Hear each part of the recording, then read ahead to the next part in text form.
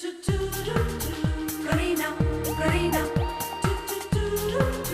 करीना करीना मुट्ठी में कुछ तारे लेके आई एक हसीना, ऐसी फंसी चक्कर में देखो निकली फिर वो कभी ना। एक पल जो नजर फिरी ना देखो फंस गई करीना, कह पाए सच कभी ना देखो फंस गई करीना। ये तो होना था, ये तो होना था करीना होना था, करीना ये तो होना ही था। चारों तरफ झूठों का उसके तो जंजाल है, जाने कैसे मैनेज करती उसका ये कमाल है। दिल की जो बात कही ना देखो फंस गई करीना, दिल से तो वो बुरी ना फिर भी फंस गई करीना। ये तो होना था, ये तो होना था करीना होना था, करीना ये तो होना ही था। करीना करीना में अब तक नीलू जी, आप जानती हैं भगवान ने हमसे चमत्कार क्यों छीना? भगवान ने नहीं, करीना ने हमसे बदला लिया है। अब मैं आपको कैसे कहूँ कि मैं आपको ये जॉब नहीं दे सकता। बट बिलीव मी, मुझे इससे कोई फर्क नहीं पड़ता है। मुझे इस वक्त सिर्फ एक जॉब चाहिए। सॉरी, हम वो सहारा नहीं हो सकते। आप कोई और नौकरी ढूंढिए। भैया जी, जब हम काम कर रहे हैं तो आपको करने की क्या जरूरत है? बताओ। कहाँ काम कर रहे हैं बताइए जरा। टैक्सी चला रहे हैं हम। टैक्सी? आप लोग इन्हें वैसे ही काम सिखाएंगे जैसे एक नए एम्प्लॉय को ट्रेनिंग दी जाती है।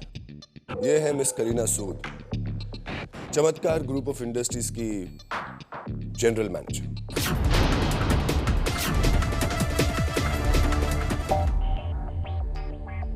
नमस्ते। नमस्ते। मिस करीना सूद, इनसे मिलिए। ये है हमारे नए एम्प्लॉय मिस्टर त्रिभुवन दास पांडे। ये है आपकी बॉस मिस करीना सूद। आपको अपने सारे काम की रिपोर्टिंग आज से इन्हीं को करना है। मैडम, आपसे मिलकर बहुत खुशी हुई। मिस करीना सूद, मुझे यकीन है कि आपको भी मिस्टर त्रिभुवन दास पांडे जैसे असिस्टेंट के साथ काम करके बहुत खुशी होगी। सर, अगर मिस्टर त्रिभुवन दास पांडे प्लानिंग डिपार्टमेंट में हो तो? मैंने आपसे आपकी राय नहीं मांगी मिस करीना सूद। मैं जानता हूं कि मिस्टर त्रिभुवन दास पांडे कभी आपके बॉस हुआ करते थे, लेकिन आज हालात कुछ अलग है। पुरानी कहावत है कि गाड़ी कभी नाव पे और कभी नाव गाड़ी पे। इसलिए ये सच्चाई को आप लोग एक्सेप्ट कर लें कि आज से मिस करीना सूद आपकी बॉस हैं और आप यहां सिर्फ एक मामूली एम्प्लॉय। ये सब ऑलराइट नहीं हो रहा है। मुझसे नहीं देखा जा रहा है फिल्म। मैं जा रहा हूं।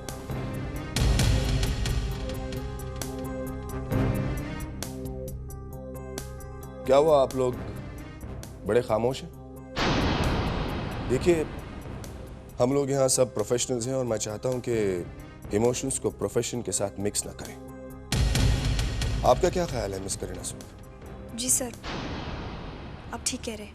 तो आप मिस्टर पांडे को भी ये बात अच्छी तरह से समझा दीजिए। क्यों मिस्टर पांडे, ठीक कह रहा हूं ना मैं? जी, आप बिल्कुल ठीक कह रहे हैं, क्योंकि दद्दू हमेशा कहते हैं boss is always right. Boss, हम सही कह रहे हैं ना? अब कहना सुनना तो होता ही रहेगा। चलिए मिस्टर पांडे, मैं आपको ऑफिस दिखा देता हूं और लोगों से मिलवा देता हूं। ऑफिस दिखाने की क्या जरूरत है? ये तो मेरे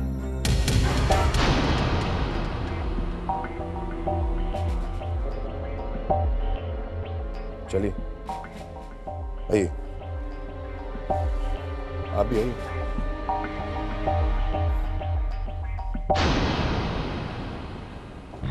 देखिए कैसे हमने 2 दिन में ऑफिस का नक्शा ही बदल दिया। नक्शा ही नहीं, सभी कुछ बदल गया। अब जो भी बदलाव है ये सब हमारे जनरल मैनेजर मिस करीना सूद की वजह से। इन्होंने तो जैसे चमत्कार को आसमान में ले जाने की ठान ली है। Mister Mongia. Yes sir. Please come in. Mister Mongia, आप मिस्टर पांडे को तो जानते ही होंगे। जी। मिस्टर पांडे का काम होगा डेली अकाउंट्स चेक करना और आपका उसे क्रॉस चेक करना, ये देखने के लिए कि इन्होंने कहीं कोई गलती तो नहीं की। सर मैं त्रिभुवन सर को मिस्टर मोंगे, कोई प्रॉब्लम? नहीं सर। तो आज के बाद मैं आपके मुंह से मिस्टर पांडे के लिए त्रिभुवन सर नहीं सुनना चाहता। समझ गया? आप जा सकते हैं।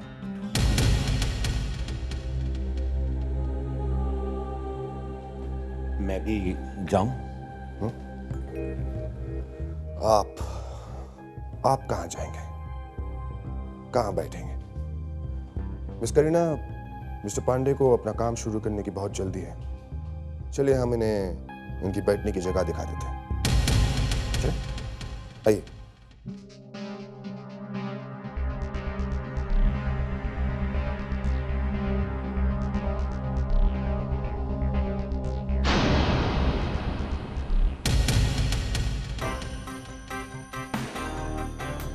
तो इसने हमका बेइज्जत करने का हर हथकंडा अपनाया है। देखा वक्त कैसे बदलता है मिस्टर पांडे?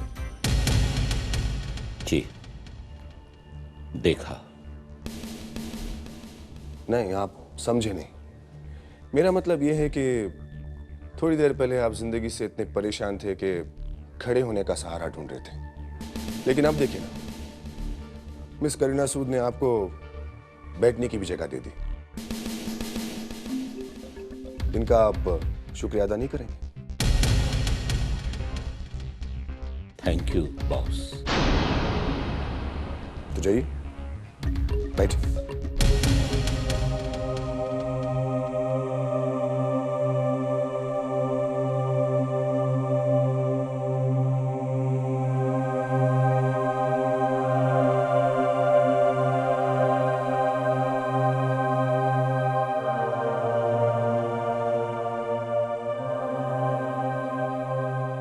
मिस्टर पांडे, यहां से मेरा काम खत्म और आपका शुरू। अब देखते हैं कि आप कितना मन लगाकर काम करते हैं या पुरानी यादों में अपना टाइम वेस्ट करते हैं। बाकी की डिटेल्स आपको आपकी बॉस मिस करीना सूद समझा देगी। All the best.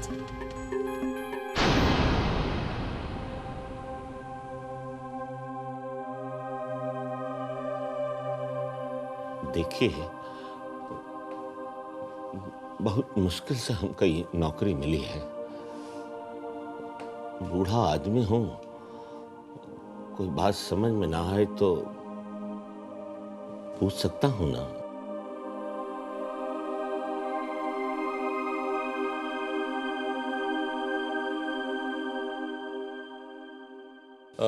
फीलू ठीक ही कहते हैं कि भूख बड़ी खराब चीज होती है, चाहे वो पेट की हो, पैसे की हो या फिर पावर की।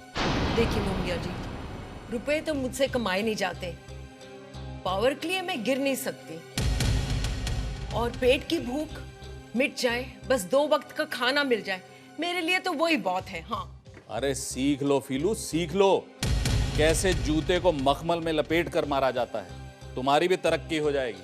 अरे मैं क्यों सीखूं, मुझे भगवान को मुंह दिखाना है ना। और वैसे भी सारी धन दौलत लेकर तो हम ऊपर नहीं जाते, मैं क्यों इतनी नीच हरकत करूं, मैं क्यों इतना गिर जाऊं कि लोगों से नजरें भी ना मिला सकूं। सही कह रही हो, किसी ने सही कहा है कि पैसा जितना मर्जी कमा लो, लेकिन कफन के जेब नहीं होती है। और ये लालची लोगों के किस्से कहानियां तो हमने किताबों में पढ़े हैं।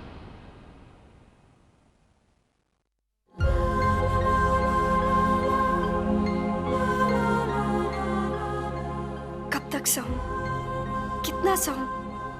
मैं अपने लिए तो चुप हो सकती हूँ, लेकिन त्रिभुवन जी के दुख में नहीं सह सकती।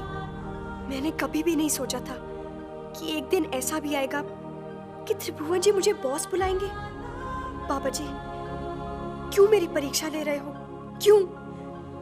प्लीज अब मुझे इतनी ताकत दे दो कि मैं अपने मकसद में कामयाब हो सकूं। Please Baba ji, please. ऐसी कामों की तो अब आदत ही छूट गई, सब्जी काटना भी मुश्किल हो रहा है।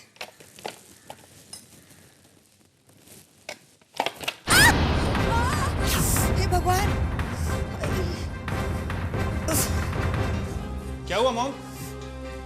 ओह माय गॉड, कैसे हुआ ये? अरे कुछ नहीं, चाकू से कट गया। मॉम ध्यान से काटना चाहिए आपको।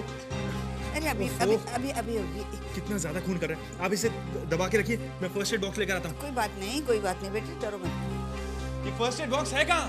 अरे यहाँ कुछ नहीं है इस घर में। क्या मॉम? अरे भगवान। ये लीजिए। मॉम, ऐसी नौबत आ गई आज इस घर में फर्स्ट एड बॉक्स तक नहीं है। ठीक है, अभी नए मकान में शिफ्ट हुए ना। आपको संभल के काटना चाहिए मॉम। कितना गहरा घाव है। चलिए डॉक्टर के पास चलिए। अरे कोई डॉक्टर के पास जाने की जरूरत नहीं, पहली बार थोड़ी हाथ कटा है मेरा। मॉम डॉक्टर के पास जाना चाहिए। कोई जरूरत नहीं इतनी सी बात के लिए। हाय। ठीक है, तुम इतने परेशान मत हो, बैठो बैठो। तुम अपनी बताओ, कुछ काम बना? काम बन जाएगा। दिन कैसा गया? ठीक है। बूजी कहाँ है? पता नहीं, आने तो पूछती हूँ। दिन भर घर से बाहर कहाँ रह सकते हैं? बूजी, मैं एक बहुत जरूरी इंटरव्यू के लिए जा रहा हूँ। आप प्लीज मॉम को ड्रेसिंग के लिए ले जाइए। बबुआ सुनो, आज तो हमका बहुत ही जरूरी काम है। बूजी, मॉम की ड्रेसिंग से और जरूरी क्या काम हो सकता है? और वैसे अगर इन्फेक्शन हो गया तो प्रॉब्लम और बढ़ जाएगी। मॉम खुद तो जाने वाली है नहीं, वो तो सिर्फ यही कहेंगी कि घाव अपने आप भर जाएगा। ये बात भी ठीक है, लेकिन बूजी लेकिन क्या? देखिए आधे घंटे का तो काम है, प्लीज कराइए। अगर मेरा इंटरव्यू नहीं होता तो पक्का मैं ले जाता। वैसे बूजी आप जा कहाँ रहे हैं? क्या बताएं, बहुत जरूरी काम है। बूजी ऐसा क्या जरूरी काम आ गया? अब बबुआ हम कह रहे हैं जरूरी काम है तो समझ जाओ ना। हमको लाफ्टर क्लब जाना है। बूजी लाफ्टर क्लब तो आप सुबह जाते हैं, अभी तो इतना टाइम हो रहा है। हमको पता था कि पूरी रामायण बतानी पड़ेगी। देखो वो कहा है कि लाफ्टर क्लब के हमारे एक मित्र हैं, बीमार हैं बेचारे। कुछ ही साल पहले उनकी पत्नी का देहांत हुआ था। बच्चे विदेश में हैं, बहुत अकेला महसूस कर रहे हैं वो, तो उन्हीं के पास जाना चाह रहे थे ताकि उनको थोड़ा अच्छा लगे, उनका मन बहल जाए। गुरुजी मैं मानता हूँ बहुत अच्छा काम है, बहुत नए काम है, मगर मॉम की ड्रेसिंग भी बहुत जरूरी है। प्लीज कराइए, उसके बाद आप जहां जाना चाहें, जब तक जाना चाहें चले जाइए प्लीज। अब मैं चलता हूँ, लेट हो रहा हूँ। भगवान तुम्हें कामयाबी दे। Thank you.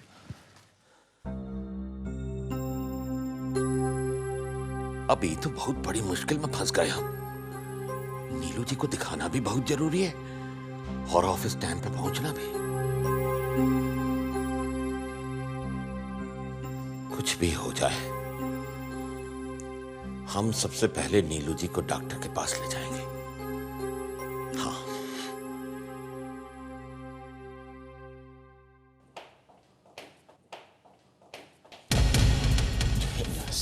त्रिभुवन जी, क्या रहा मुझे? आप इतने लेट क्यों आए?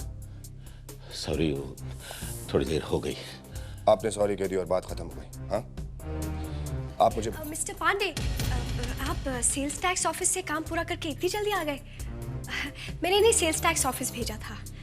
अच्छा अच्छा, चलो कोई बात नहीं। नहीं, बात है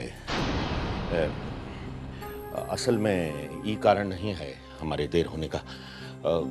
वो असल में देर इसलिए हुई कि नीलू जी का हाथ कट गया था तो उन्हें डॉक्टर के पास ले जाना था। कैसी है नीलू जी? देखिए मिस्टर पांडे, अगर नीलू जी का हाथ कट गया था तो वो अकेले भी डॉक्टर के पास जा सकती थी। पर्सनल प्रॉब्लम तो सबके होते हैं, लेकिन इसका मतलब ये तो नहीं कि अपना काम नेग्लेक्ट करें। आपके लिए ज्यादा जरूरी था वो काम करना जो करीना ने आपको दिया था। पर डॉक्टर के पास जाना भी ज्यादा जरूरी था। देखिए मिस्टर पांडे, मेरे साथ बहस मत करना। अगर आइंदा ऐसा हुआ तो मैं आपको नौकरी से निकाल दूंगा। मिस करीना, आप प्लीज मेरे साथ आइए। जी।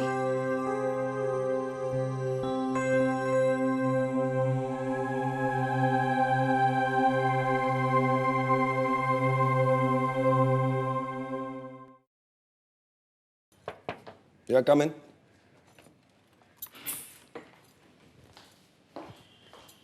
सर, आपने बुलाया? हाँ, देखो ऐसे मौके में मैं चाहता हूं कि तुम भी मिस्टर त्रिभुवन को डांटो। उन्हें एहसास दिलाओ कि तुम उनकी बॉस हो। जितनी जल्दी हो सके हमें उन्हें यह एहसास दिलाना है कि वो यहाँ सिर्फ एक मामूली एम्प्लॉई है। वो तो ऑलरेडी आप एहसास दिला ही चुके हैं, ये मामूली पोस्ट देकर। सिर्फ मामूली पोस्ट देने से काम नहीं चलेगा। हर मौके पे, हर मामले में हमें उन्हें यह एहसास दिलाना होगा कि वो यहाँ सिर्फ एक मामूली आदमी है। तुम्हें क्या लगता है कितनी सैलरी देनी चाहिए हमें उन्हें? सर मालिक आप हैं, आप ही डिसाइड करें। क्यों? तुम भी तो उनकी बॉस हो, सजेस्ट तो कर सकती हो। अगर मैं आपकी जगह होती तो कम से कम 50,000 देती। 50,000? तुम्हारा दिमाग तो ठीक है, उतना तो तुम्हें भी नहीं मिलता। लेकिन वो चमत्कार के मालिक रह चुके हैं। जानती हो मैंने उन्हें क्यों डांटा और तुम्हें भी डांटने को क्यों कहा? ताकि वो भूल जाए कि वो यहाँ कभी मालिक थे। उनके अंदर से चमत्कार हासिल करने की चाह खत्म हो जाए। अपनी परेशानियों में इतने परेशान रहें कि चमत्कार हासिल करने के ख्वाब देखने की फुर्सत भी ना रहे। उनका यहाँ कोई डेजिग्नेशन नहीं होगा, उनका काम होगा सब कुछ करना, और उनकी सैलरी होगी 10,000, 10,000 रुपए। लेकिन आपको नहीं लगता कि कुछ कम है? नहीं, बिल्कुल नहीं। अब तुम जाओ और उन्हें बताओ कि हम उन्हें 10,000 रुपए देकर उन पर कितना बड़ा एहसान कर रहे हैं। जाओ।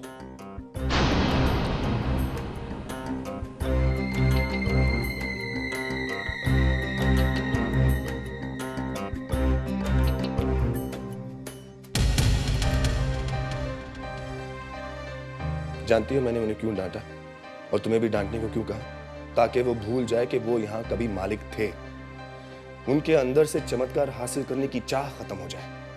अपने परेशानियों में इतने परेशान रहें कि चमत्कार हासिल करने के ख्वाब देखने की फुर्सत भी ना रहे। अब मैं त्रिभुवन जी को कैसे बताऊं कि उनकी पेमेंट कितनी कम है? इतने रुपयों में घर कैसे चलेगा? बाबा जी, करूं तो क्या करूं?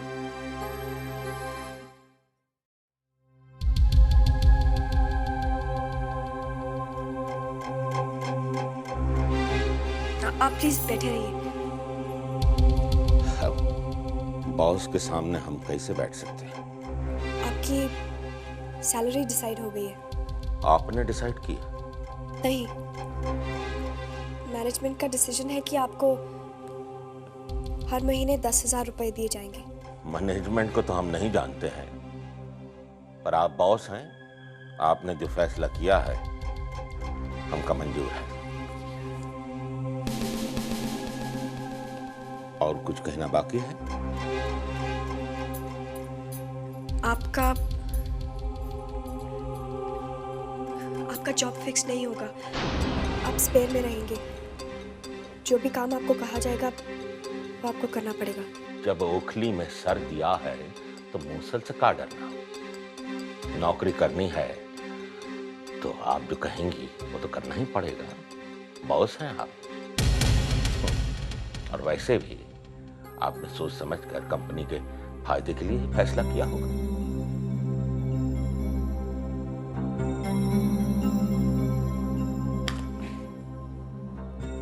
और भी कुछ कहना है? नीलू जी कैसी है? देखिए, आप मुझे समझने की कोशिश कीजिए। अब समझने के लिए रही का गया है। अब मैं कैसे कहूँ कि आपको कहने की क्या जरूरत है? आप तो बॉस हैं।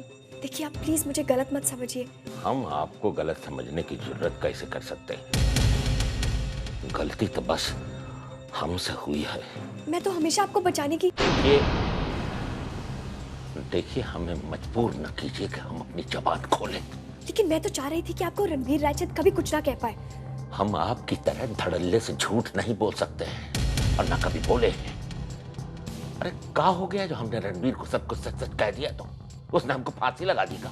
मेरा मतलब वो नहीं था। आपका मतलब क्या है हम अच्छी तरह से समझ रहे हैं। जब से हम यहाँ आए हैं ना, आपके सीने पर सांप लौट रहे हैं। आप हम बर्दाश्त कैसे करेंगे?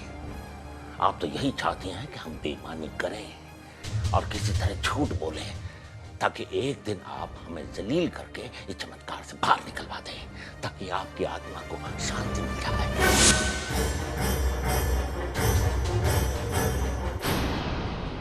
क्यों तुमने हमारी खुशहाल दुनिया उजाड़ी? क्यों हमें दर दर की ठोकर खाने पर मजबूर कर दी? क्यों किया तुमने ऐसा, क्यों? अगर तुमको रुपया चाहिए था ना, तो एक बार हमसे कहती, हम सारी दौलत तुम पर न्यौछावर कर देते। लेकिन क्यों तुमने 3 लोगों की जिंदगी बर्बाद कर दी? न ठीक से खा पाते, न ठीक से सो पाते। क्यों किया ऐसा, क्यों? और तुम अब नीलू जी का हाल पूछ रही हो, बहुत दुख दिखा रही हो। तुम पर हमें नाज था, तुम हमारी आशाएं थी, लेकिन खत्म, सब खत्म हो गया। काश मैं आपको सब कुछ बता सकती। कहा बता दिया, बताने के लिए रही का गया है। अरे हम तो सर झुकाकर माफी मांगने आए थे तुम्हारे पास, तुमसे जीवन भर का नाता जोड़ने आए थे। एक बेटी की कमी हमें सारे जीवन भर रही, तुम में बेटी देखी हमने। पर आज हम भगवान से यही दुआ मांगते हैं कि अगर बेटियां ऐसी होती हैं तो आदमी को बे औलाद रखे, लेकिन बेटियां कभी ना दे।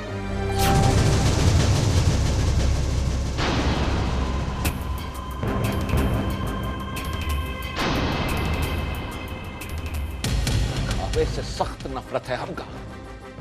तुमने बबुआ से कभी प्यार किया ही नहीं, तुमने प्यार किया चमत्कार के मालिक से, और जैसे ही मालिक बदल गया तुमने फौरन रणवीर का दामन थाम लिया। जी, कितनी गिर गई हो तुम, पैसे की हवस ने तुम्हें काज का बना दिया।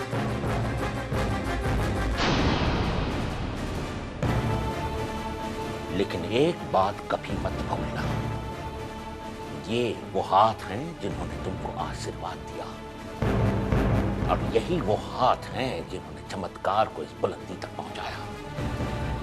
पर आज के बाद तुम्हारे लिए हमारे मुंह से दिन रात बद्दुआ निकलेगी, और ये हाथ एक नया चमत्कार खड़ा कर देंगे। और तब हमारे बबुआ को हजारों लड़कियां हसरत भरी चाह से देखेंगी, और तुम्हें मेरी हाय जला के राख कर देगी। दुखी मन से निकली हाय से दुनिया में कोई नहीं बच पाया है। तुमने तुषार के साथ प्यार का नाटक किया, इसकी सजा तुम्हें जरूर मिलेगी। ये हमारी बद्दुआ है कि जिस तरह तुमने हमारे बबुआ तुषार के प्यार को ठुकराया है, उसी तरह ये दुनिया एक दिन तुम्हें भी ठुकराएगी।